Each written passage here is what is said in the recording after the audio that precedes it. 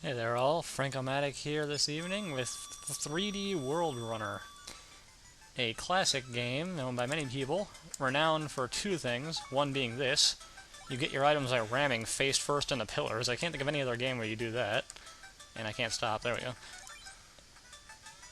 And two, much like Rad Racer before it, I think Rad Racer came before this one, you can play this game in 3D, if you've got the old-style red and blue lensed glasses.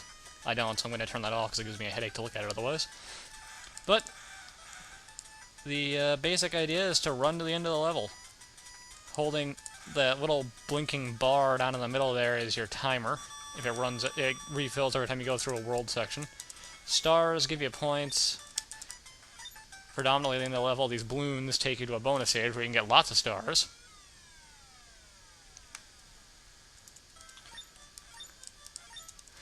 But, you want to run to the end of the level and kill the boss, which is always some sort of dragon thing. There are 8 levels, and each level has 4 parts, so that's a pretty good number of stages for a little action game. Hearts are 1-ups. As you can see, I'm red right now. That happened after I picked up that potion back at the beginning, remember? That gives you a extra hit. So if I ran into one of these fire pillars or one of those little green ball dudes, I wouldn't die. I'd turn them back to being green. The rocket I picked up gives you the shot, which if you don't have it when you get to the boss, I give you one automatically. Getting hit while you're red also makes you lose the shot in a really annoying circumstance. Holding up makes you run faster. I recommend holding it all the time because you need it to jump over the bigger gaps anyway. And as for those mushrooms, like that right there, don't grab those. They kill you. Most enemies in this only take one shot. If they don't take one shot, they're either the boss or invincible. They're kind of weird, too. Most of them seem to be disembodied heads running around trying to bump into you. And the fire pillars. Fuck. You gotta hold the jump button down to jump higher, as is traditional for Nintendo games. And so if you're running normal speed, you can only jump this high. If you're running max speed, you can jump this high. And you need to be running max speed to make jumps like that one. Just remember to hold the button down long enough. Later in the game, it gets a lot more complicated, because gaps will get too big for you to jump over on one hop. So you'll have springs, or you have to bounce off the top of pillars. I don't remember if you can jump off the top of the fire pillars or not, but this is actually a really fun game. It's also kind of fun if you have 3D glasses to play it in 3D, just for the sake of nostalgia and the pretty bad 3D effects. But it's a pretty challenging game. I've never actually finished it. On a good day, I can get through, like, World 4 before it gets too hard for me.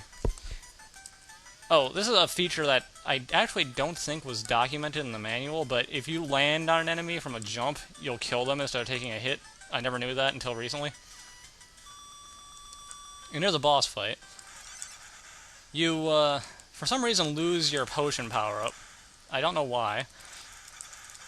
You can shoot all of its body parts, but that's completely unnecessary. You just have to hit it in the head a number of times, and then it explodes and goes back and forth at you.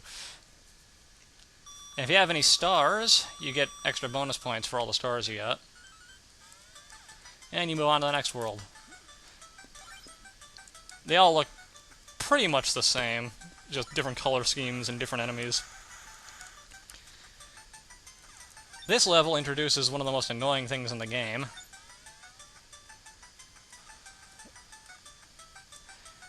Hands that are indestructible and move and eventually start moving to block your path. Even worse is when they're in pits. But if you run around a little bit, you always find a path through where they can't go. So you get a little safe path through. So it's just a matter of experimentation, and unfortunately, I hate to say it, playing the game a couple of times to learn where these things are. Because really, that's one of... There's the hands. See? Keep moving, but they'll eventually find a spot where... God damn it.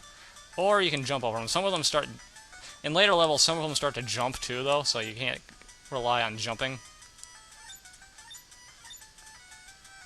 Ugh. But really, the only real tip there is for this game is always make sure you're going fast enough to clear the pit you need to jump over. Which again is a matter of learning where the big pits are. Don't run into the fire pillars because they hurt you. Always try and keep that potion power up because when you're in parts where there's actual enemies that will kill you instead of just make you bounce off of them. See, these hands jump. There's always a ton of those enemies, and they will be all over you. So you always want to have that protection of that extra hit. The shot really isn't necessary. As you see, I'm not really shooting most of the enemies. I'm just kind of shooting the ones that get directly in my way. They give you points, but the points don't really do anything aside from high score, so I tend to just shoot the ones that get directly in my way that I can't dodge out of the way of. And